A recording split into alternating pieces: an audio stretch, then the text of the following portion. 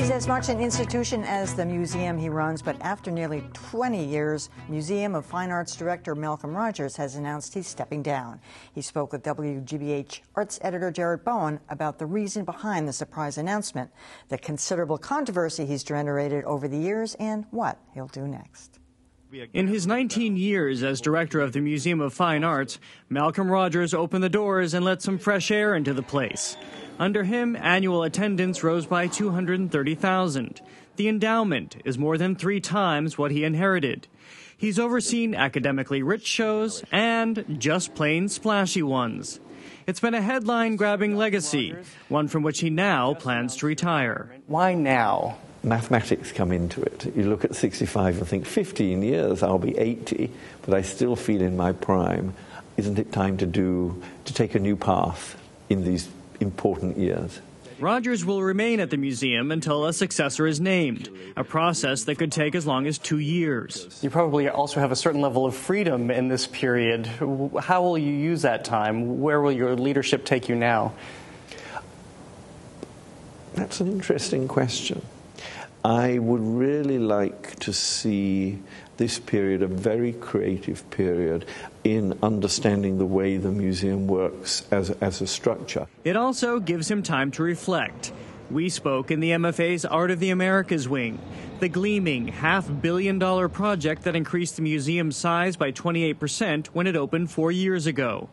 Rogers says it's his biggest accomplishment. That's a truly transformative statement at the museum, which had a knock-on effect for the whole museum, in fact. So that's very important to me. I think hugely important to me has been changing the perception of the whole museum. Rogers has been derided by critics and other museums for his more unconventional shows, like the first ever museum exhibition of photographer Herb Ritts. You just mentioned the term radical. Is that something you enjoyed being at the end of the day? I like change, that's certainly the case. To some extent, I like being seen as radical. And for shows like the Cars of Ralph Lauren or the collection of Bill Koch, where 2 of the wealthy collector's yachts were placed on the MFA's front lawn, Rogers has been labeled a populist. Is that a good term or a bad term? Populist has this tone of dumbing down, which I don't believe in. What I believe is what we do is present excellence for everyone. But now Rogers will walk away from it all, and he will not have a hand in the global search for his successor, he says. I've known you for 15 years. You don't really strike me as the retiring type. I mean, what are you going to do with all of this time? I thought you were asking me whether I was shy or not. What am I going to do? Well, obviously, to some extent, I'd like to relax more. I'd love to travel more, to read more books, listen to more music, perhaps pursue scholarly pursuits. Are you shy?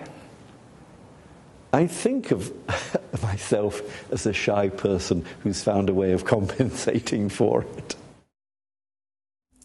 Well, the debate over his legacy has begun. What should we be considering about that? Well, I think at this point, there's no denying that he has fully transformed this museum. I mean, I will say that I've been covering the museum for the last 15 years, so I don't really have a concept of what its perception was that he was alluding to before. He called it the Dowager Museum on Huntington Avenue. Yeah. But he has made a museum in this city that is strong, and it's striking, and it's galvanized philanthropy and contributions, and shows that people talk about, whether it's fantastic shows or some of the more controversial ones, like Herb Ritts or bringing in the Cars of Ralph Lauren. You know, Herb Ritts is now an artist who's shown in museums around the world, even though the museum was the first one. And I frequently say about Ralph Lauren's Cars is after I saw that show, it changed the way I bought a car every time since then, because I look at its aesthetic sensibilities now.